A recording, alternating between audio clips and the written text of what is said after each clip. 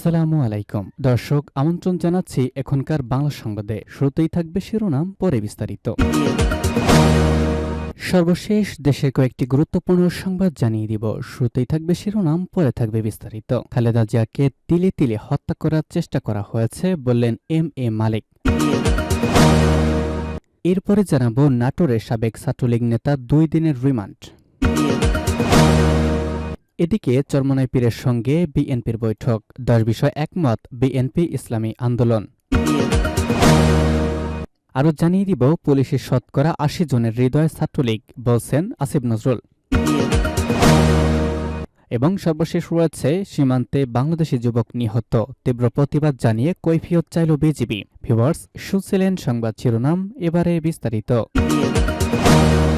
খালেদা জিয়াকে তিলে তিলে হত্যা করার চেষ্টা হয়েছে বললেন এম.এ. মালেক। বিএনপির চেয়ারপারসন উপদেষ্টা ও যুক্তরাজ্য বিএনপি সভাপতি এম.এ. মালেক অভিযোগ করে বলেছেন, খালেদা জিয়াকে তিলে তিলে হত্যা করার চেষ্টা করা হয়েছে। তিনি সুস্থ অবস্থাতেই জেলে গিয়েছিলেন, তিনি চাইলেই লন্ডনে থাকতে পারতেন।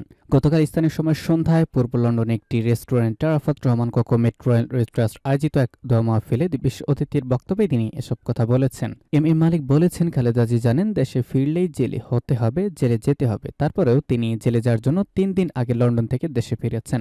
সেখানে কোটি মানুষ তাকে রিসিভ করেছে। ওনার বিরুদ্ধে ষড়যন্ত্র করা হয়েছে, তাকে তিলে তিলে হত্যা করতে পরিকল্পনার জন্য এককভাবে দায়ী শেখ হাসিনা ও তার পরিবার। নাটোরের সাবেক ছাত্রলীগ নেতা 2 দিনের রিমান্ড। বৈষম্যবিরোধী আন্দোলনে রবিন হত্যা মামলায় নাটোরে নিষিদ্ধ ছাত্রলীগের সাবেক সাধারণ সম্পাদক রিয়াজুল ইসলাম মাসুমের 2 দিনের রিমান্ড মঞ্জুর করেছে আদালত। আজ দুপুরে নেটওয়ার্ক চিফ জুডিশিয়াল ম্যাজিস্ট্রেট আদালতের বিচারক আল আমিনী আদেশ দেন। বিষয়টি নিশ্চিত করেছেন নাটোর আদালতের অতিরিক্ত সরকারি কৌঁসুলি এপিপি গুলাম রব্বানী। তিনি ঢাকা পোস্টকে বলেন, সাবেক এমপি শিমুলের জান্নাতি প্যালেসে আগুনে পড়ে রবিনের মৃত্যুর মামলার আসামি জেলা ছাত্রলীগের সাবেক সাধারণ সম্পাদক রিয়াজুল ইসলাম মাসুমকে আজ আদালতে হাজির করে পুলিশ 5 দিনের রিমান্ড আবেদন করে। আদালত উভয় পক্ষের শুনানি শেষে 2 দিনের রিমান্ড মঞ্জুর করেছে। তিনি আরও বলেন, রিয়াজুল ইসলাম মাসুমের নামে আদালতে 9টি মামলা চলমান রয়েছে। তাকে গতকাল অন্য একটি মামলায় আদালতে হাজির করলে তিনি নিষিদ্ধ ঘোষিত সংগঠন ছাত্রলীগের জয় বাংলা স্লোগান দিয়ে জনমনে বিভ্রান্ত সৃষ্টির চেষ্টা করেছিলেন। আদালত আজকে এ বিষয়ে আলোচনা করেছে। চরমোনাই পীরের সঙ্গে মির্জা ফখরুলের সাক্ষাৎ, 10 বিষয় একমত বিএনপি ইসলামী আন্দোলন।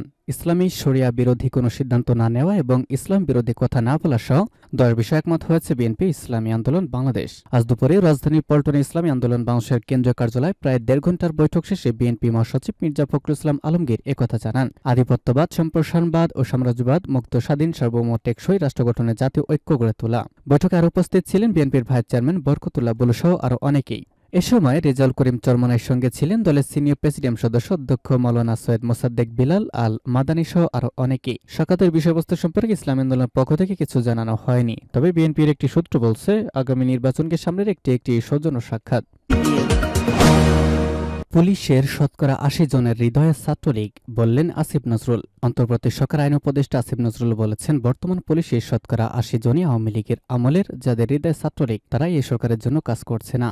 গতকাল জাতীয় চিত্রশালা মিলনায়তনে জুলাই গণঅভ্যুত্থান নিয়ে 4টি বইয়ের প্রকাশন অনুষ্ঠানে অংশ নিয়ে দেশের বর্তমান আইনশৃঙ্খলা পরিস্থিতি প্রসঙ্গে মন্তব্য করেছেন তিনি। আইন উপদেষ্টা বলেছেন, বিপ্লব পরবর্তী কিছু সমস্যা থাকে, তা কাটিয়ে ওঠার চেষ্টা করছে সরকার। গণঅভ্যুত্থান নিয়ে সকলের মধ্যে যে ঐক্য ছিল, সেই ঐক্য আগামীতে অব্যাহত থাকবে বলেও আশা প্রকাশ করেছেন আসিফ নজরুল।